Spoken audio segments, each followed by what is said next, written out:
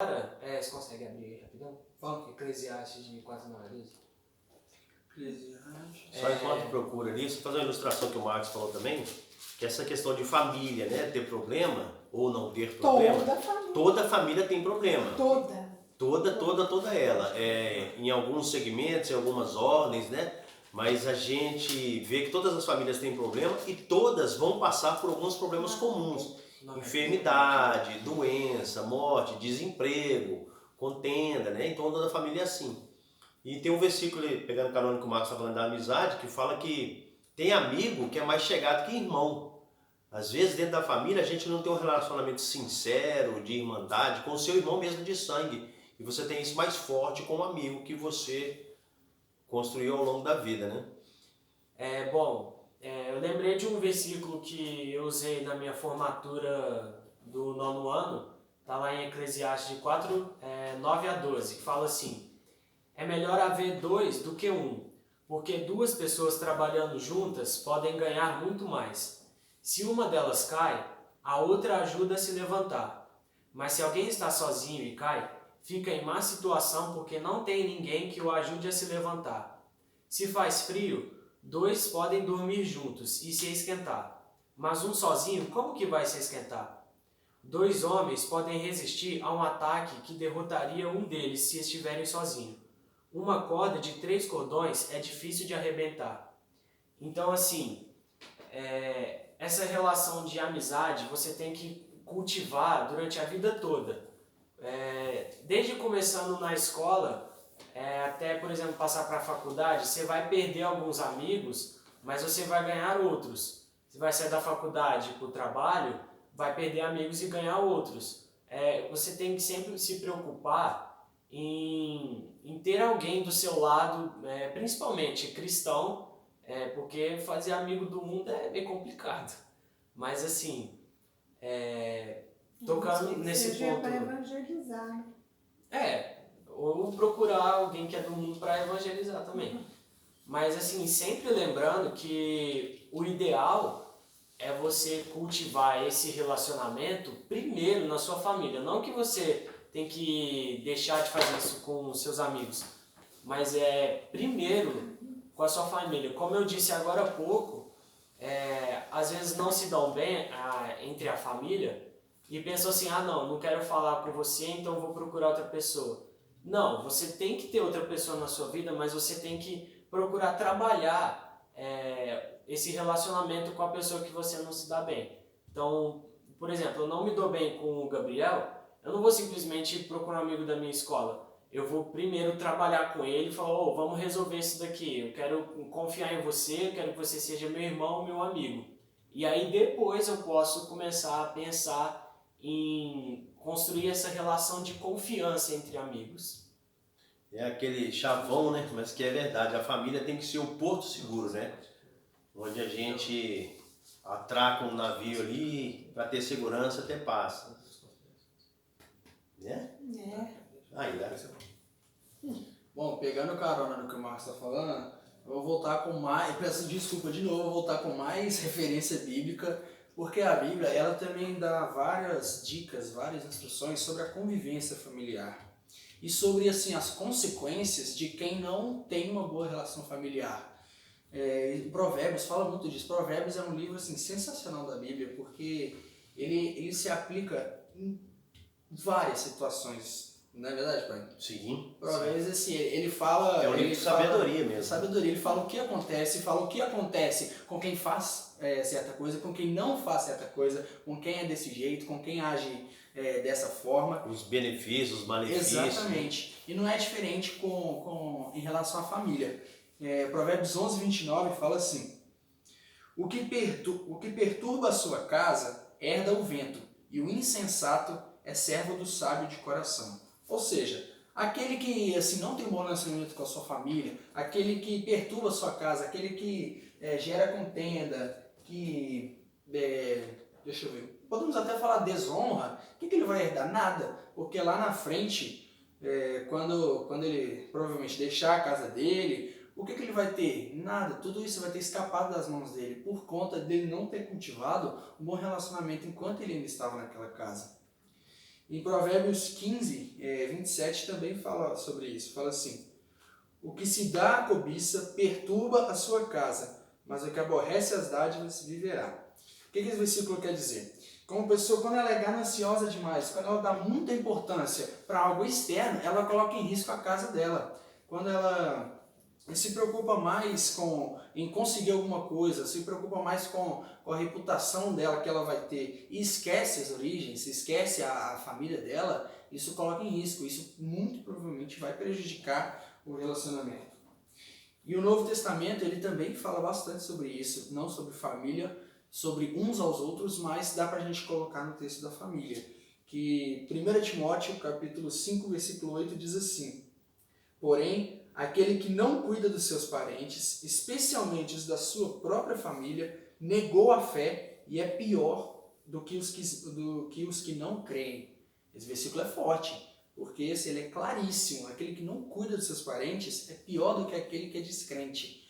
Ou seja, é uma exortação e um convite a cada um a realmente cuidar da sua família, a preservar o relacionamento familiar, dar importância, se importar, perguntar como que está e cultivar para que seja assim o melhor ambiente possível.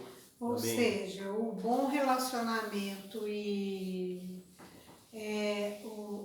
o seu aprendizado, aquilo que você vai refletir e colocar em prática quando você tiver a sua família, né? Começa dentro de casa. Exato. Né? É o lugar que você vai aprender e exercitar em primeiro plano. Sim.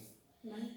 E em Efésios, capítulo 4, versículo 32, ele dá uma palhinha de como que a gente pode fazer isso. Ele diz assim: antes, sede uns para os outros benignos, compassivos, perdoando-vos uns aos outros, como também Deus, em Cristo, vos perdoou. Esse texto ele fala de uns aos outros, mas a gente pode trazer para o contexto familiar, porque assim, dando uma introdução ao que eu vou falar, dentro de casa é onde você se revela, é onde você é realmente quem você é onde você age do seu jeito, é onde você age da sua maneira, onde você mostra a sua identidade. Então, por conta dessas razões, dentro de casa também é um ambiente muito propenso a tensões, a rixas. Não estou falando brigas assim, estratosféricas, mas conflitos. Muitas vezes briguinhas bobas, por isso, por aquilo, que se a gente não cuidar, se a gente não tratar, isso acaba se tornando uma coisa muito grande mesmo. E eu quero ler um texto que todo mundo já conhece, está lá em Gálatas 5, versículos 22 e 23, que diz assim: mas o fruto do Espírito é amor, alegria, paz, paciência, amabilidade, bondade, fidelidade, mansidão e domínio próprio. Contra essas coisas não há lei. Assim, a família, dentro da sua casa, dentro da sua família, eu acho que é um dos melhores lugares possíveis para você exercitar os frutos do Espírito. Porque é onde você deve amar e deve ser amado, é onde você deve ser gentil, onde devem ser gentis com você, onde você exercita muito a paciência. Todo mundo sabe disso, todo mundo dentro da sua casa deve ter uma situação que já foi tirada do sério, já teve que exercitar muita paciência de Jó, né? O pessoal fala. E a gente deve tratar isso não como uma maldição. Não, nossa, minha família briga demais, minha família discute demais, a gente tem tensão no relacionamento. Não, a gente não deve olhar sobre um viés negativo, mas sim sobre uma análise positiva, uma análise enxergando as oportunidades de exercitar o fruto do Espírito. Uma oportunidade de ser paciente, uma oportunidade de ser bondoso, de ser amável com o meu irmão, com o meu pai, com a minha mãe, que é o meu caso, com a sua irmã, com o seu tio, com a sua prima, seu primo, sua avó. Todos os parentes, isso não se restringe ao núcleo familiar que você tem, engloba toda a família e também todos os amigos. Vocês querem falar uma coisa? Não, eu quero falar assim, que é dentro da família, né, do contexto familiar, do lar, que a gente é verdadeiro de fato, né? A gente tira as máscaras quando eu estou no trabalho, quando eu estou na rua, na escola, com o cliente, você meio que coloca ali um outro personagem, né? É um verniz, né, que é comum a todo mundo, isso não estou falando de falsidade, mas é contexto ali para agradar, para contornar uma situação que você não tem ingerência sobre ela. Mas na família não, na família a gente é verdadeiro. Se tem alguém que me conhece verdadeiramente, é minha esposa, não tem como maquiar, fingir. É aqui que eu sou quem eu sou de fato, né? E quem me conhece são os meus filhos e a minha esposa, e vice-versa. E tem uma frase seguinte, que se você quiser conhecer um verdadeiro Lorde, um Senhor, se observa-o dentro de casa sozinho. Então é por aí, entendeu? Opa, perdão. E é osso, tem situação que assim, é coisa pequena mesmo, seja dividir alguma coisa, nossa, comida dá problema demais.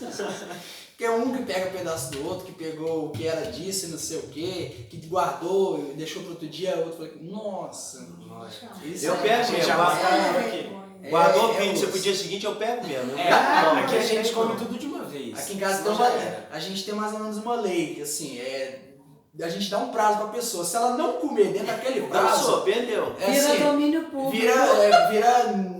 Não pertence a mais ninguém. Qualquer um pode ir lá e domínio público. Ele fala, você ganhou um doce, se você não comer, eu como. Se for um doce, a gente respeita um pouquinho mais. Mas, por exemplo, pedaço de pizza que eu quero guardar para outro dia, eu tenho que botar uma tampa em cima. Porque senão, é perigoso. Chega lá, só tá metade. Metade tá só o pão. Isso aí. Enfim. Agora, pegando um pouco do que o meu pai falou aqui, de verdadeiramente conhecer a pessoa, de tirar a máscara, se você quiser conhecer a pessoa como ela realmente é, você tem que vê-la dentro de casa. Eu quero entrar na parte dos princípios e valores, porque é dentro da sua casa que você vai formar seus princípios e valores para você usar eles lá fora. E esses princípios precisam estar de acordo com a palavra de Deus.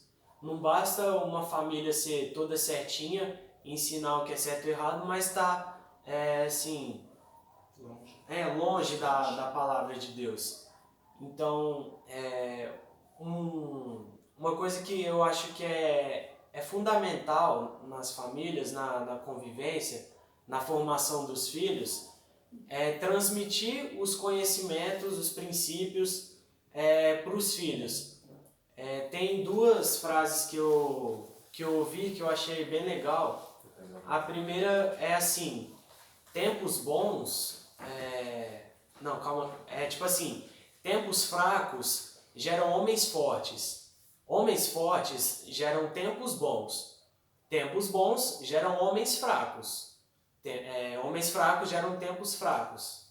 Por aí vai. É esse ciclo. Acho que deu pra entender, né? Agora uma outra que é mais fácil de entender é assim: se você mimar os seus filhos, você vai ter que criar os seus netos.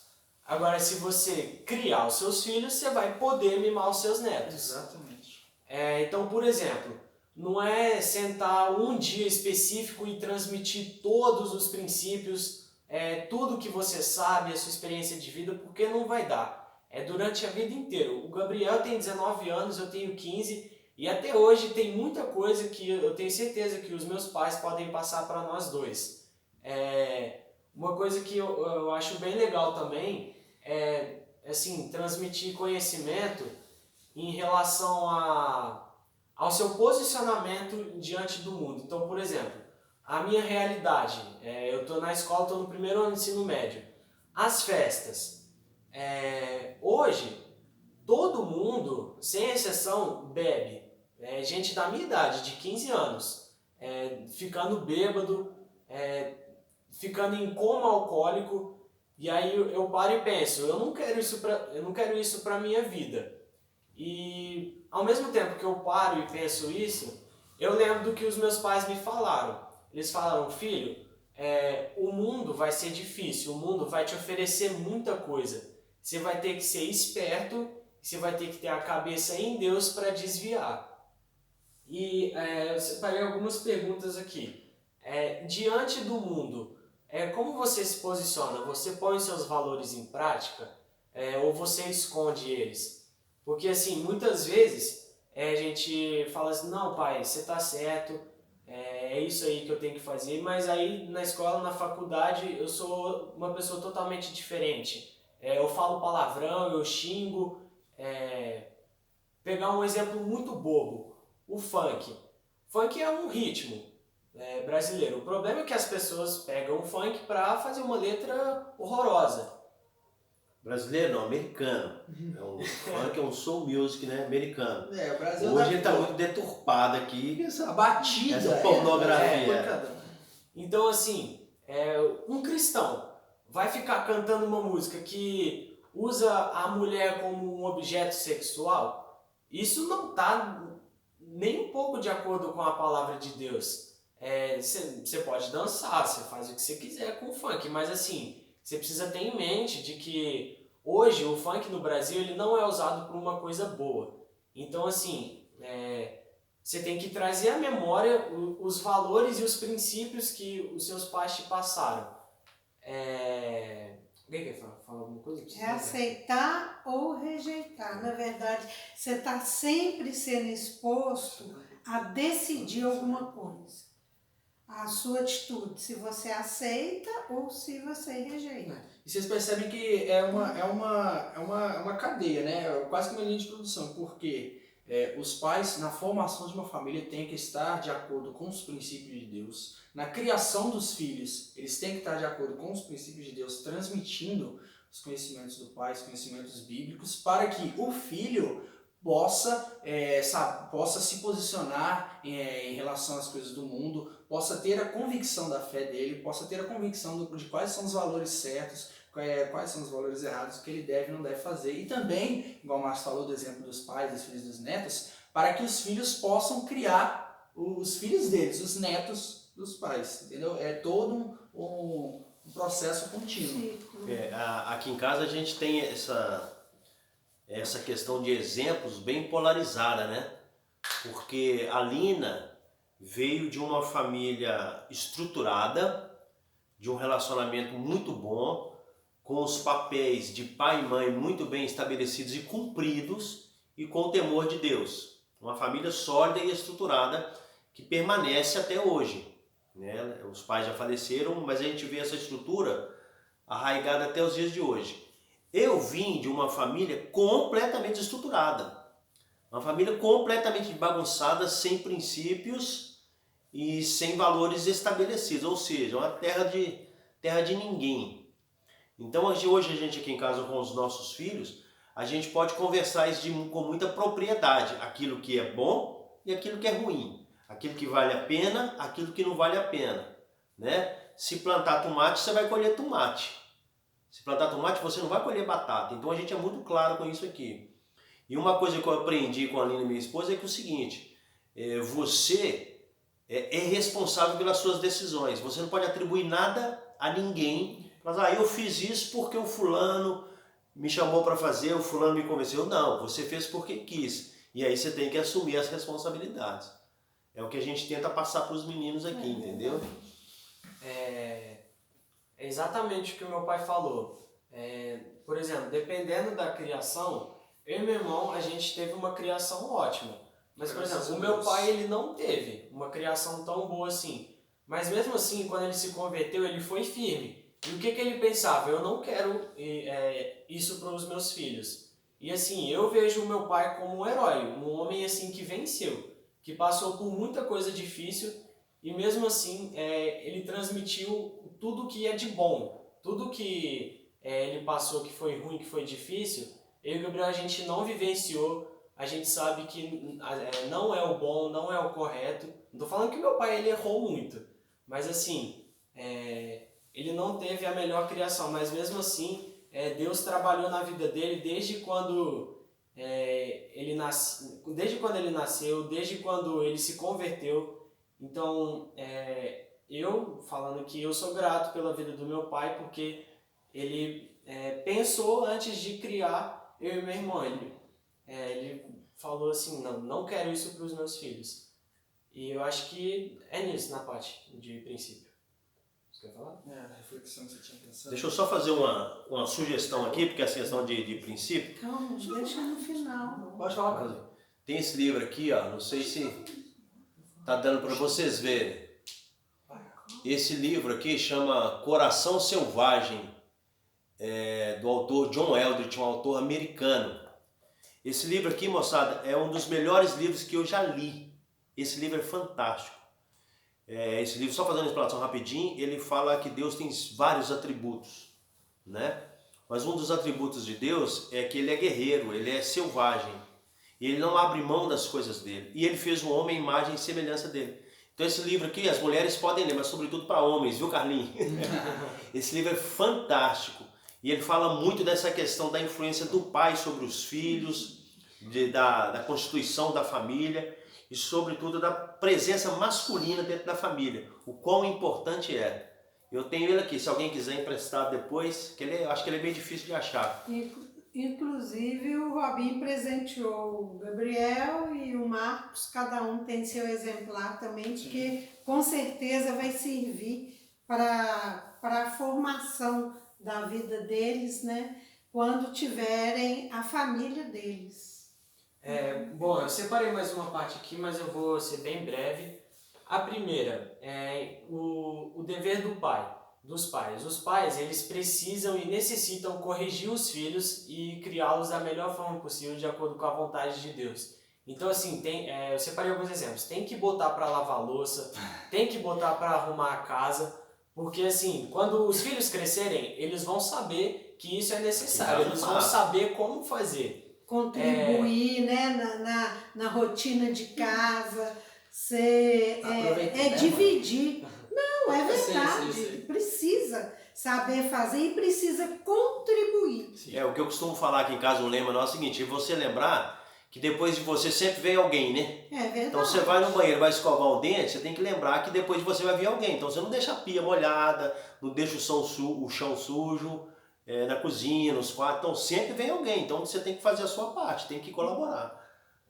Pai tem que corrigir filho com palmada mesmo, porque se for só com palavra fica meio difícil.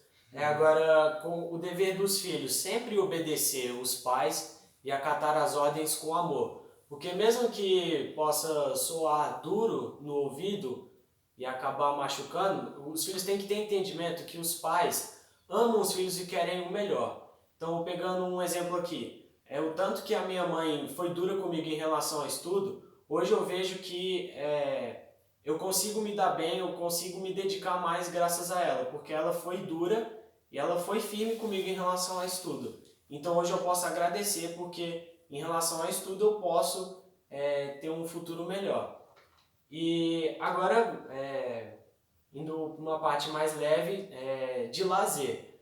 Os pais têm que caminhar, têm que passear com os filhos, têm que ir para o shopping, têm que ir para o cinema, no parque. Shopping sim. Shopping é legal.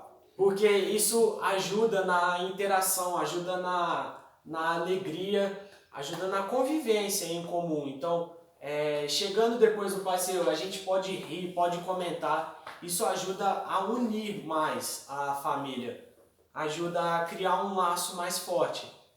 E agora, terminando de vez, a família deve ser o primeiro lugar onde os integrantes da família queiram estar.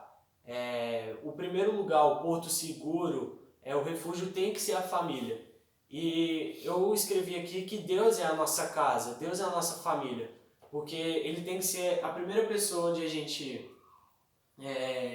queira desabafar, queira chorar, queira rir, queira contar alguma coisa, perguntar, saber dos planos dele pra gente. Não há. É isso aí.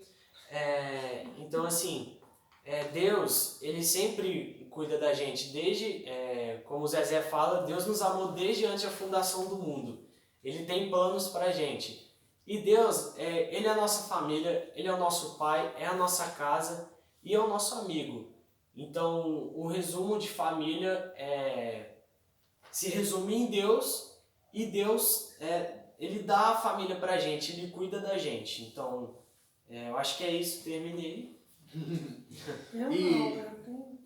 Pode falar, nós deixamos. Você já está terminando? Não, pode falar. Nós deixamos. Bem, o que eu queria falar é o seguinte, que a vida da gente, principalmente a familiar, ela é feita de momentos. Também. Né? Então a gente precisa tornar esses momentos significativos, importantes, para que isso ocupe a nossa mente, ocupe o nosso coração também. Porque certamente na frente eles vão precisar ser resgatados. Então, para a saúde emocional, para a gente continuar caminhando, para a gente ser pessoas relevantes na vida de outras pessoas, né? Então, é importante que se tenha em casa esses momentos importantes, relevantes, momentos marcantes, né? Com incentivos, com risos, com coisas positivas, né? Porque as coisas ruins vêm muito fácil na mente, mas a gente precisa de resgatar. Eu também tenho um livro aqui, gente. Concorrência. Comercial aqui, ó. Não, agora é o meu. Aqui, ó. Pega aqui do coração seu. Esse livro aqui se chama A Experiência da Mesa. O segredo para criar relacionamentos profundos. Não sei se alguém já teve contato com esse livro aqui, mas ele é um livro muito interessante e ele traz, é baseado em princípios bíblicos, né?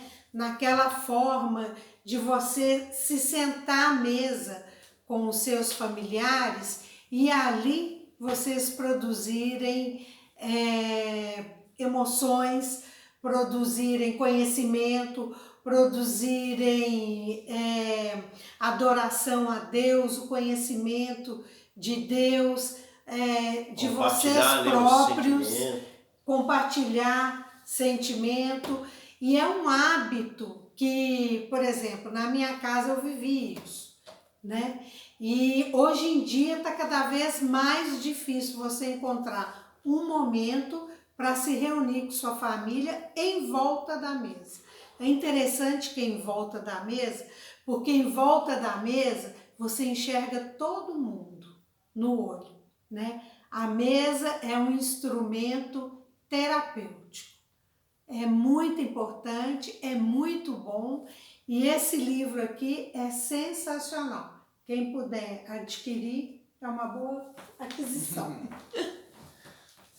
Só que, assim, infelizmente, existem pessoas que elas não têm família, realmente não tem família, a pessoa é sozinha, a pessoa ou não tem família, em decorrência de vários fatores, ou também não consegue encontrar todas essas bênçãos, todas essas qualidades na família dentro de casa. E Deus é tão maravilhoso com a gente, igual o Marcos falou, igual esse versículo já foi citado aqui algumas vezes, que Provérbios capítulo 18, versículo 24 diz assim: o homem que tem muitos amigos pode congratular-se, pode alegrar-se, mas há amigo mais chegado do que um irmão. Então, a gente pode encontrar família no nosso amigo, a gente pode encontrar família na outra pessoa. E também mais, a gente pode ser família para uma outra pessoa. Porque assim, eu tenho certeza que todo mundo já presenciou alguma situação onde algum amigo disse: nossa, eu considero vocês a minha família, vocês são família, você é meu irmão, eu te considero como irmão, meu irmãozinho, filho de outra mãe, entendeu? Então, a gente pode ser essa referência, a gente pode dar essa bênção para o outro e a gente pode encontrar também. E é saudável que a gente faça isso, essa união, tanto dentro da família quanto com os nossos amigos. E concluindo o nosso raciocínio, nossa palavra de hoje, fala mais um pouquinho. A gente quer frisar, a gente quer assim, o que a gente quer transmitir para vocês é que tudo isso que a gente falou é um modelo ideal, é como o que a Bíblia diz sobre a família, o que Deus espera de uma família, como devem ser os relacionamentos dentro de uma família, de pai para filho, de irmão para irmão, de marido para esposa, enfim, dentro de uma família. Tudo isso é como deveria ser. Só que algumas pessoas, elas não encontram essa situação dentro de casa. Então, fica até uma orientação, uma exaltação da Bíblia e de Deus para nós, para que nós sejamos as primeiras pessoas a tentar zelar por isso. Que parta da gente, que a gente dê o primeiro passo, que a gente tome a primeira atitude para ter um relacionamento familiar bom, para poder zelar por um bom clima familiar bom, um clima agradável, um clima de união, um clima de família harmonia, mesmo. E a Bíblia vai além disso. Ela fala para a gente ser esse tipo de pessoa, ser a pessoa que vai fazer isso quando a gente for formar uma família. Então a gente pode atuar duas vezes. Na nossa família, enquanto a gente ainda não constitui uma, e na nossa família, quando a gente passa a formar uma. Porque no nosso grupo de jovens tem alguns casais casados, tem um casal recém-casado, o Lucas e a Carol, que estão começando a formar uma família agora.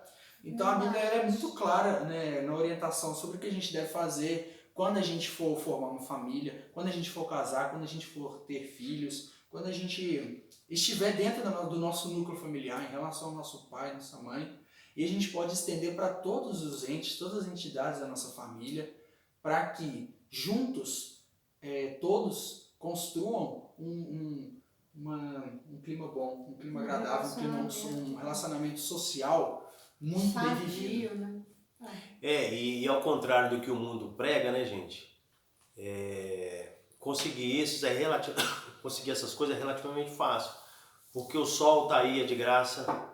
A chuva é de graça, o vento é de graça, você pode fazer uma caminhada, você não paga, a rua é pública, escutar boa música, ler um bom livro, tomar um cafezinho, conversar, contar piada, rir, chorar junto, isso tudo traz harmonia e traz união, proximidade para a família, entendeu? Sem custo. Né? Então o mundo vai te impregnar a mente de que para você ser feliz você precisa conquistar as coisas e ter as coisas. E não é muito por aí. Exatamente. A vida assim, principalmente, né, nesse tempo de pandemia, de quarentena, a gente aprendeu na prática, na pele, na experiência, que a vida é muito mais simples do que aquilo que a gente imagina. Importam coisas muito mais profundas do que as superficiais que a gente acha que tem alguma importância. Tem coisa que a gente percebeu que não tem importância alguma. A Bíblia mesmo já fala isso, pra gente não se apegar a nada desse mundo. Quando a gente for pro céu, a gente não vai levar nada. Só que nesse tempo a gente aprendeu que a experiência familiar, a boa convivência familiar, o relacionamento de amizade mesmo, amizade entre irmãos, entre pais e filhos, entre maridos e esposa, é o que vai contar para uma família se sustentar. Porque isso é um dos alicerces da família. A palavra de Deus, a bênção de Deus, mas também o bom relacionamento que eles têm. Porque é até ditado, uma casa dividida não para em pé. Então, que todos nós possamos zelar pelas nossas famílias, e aí a gente tem várias formas de fazer isso, seja por intercessão, seja por ação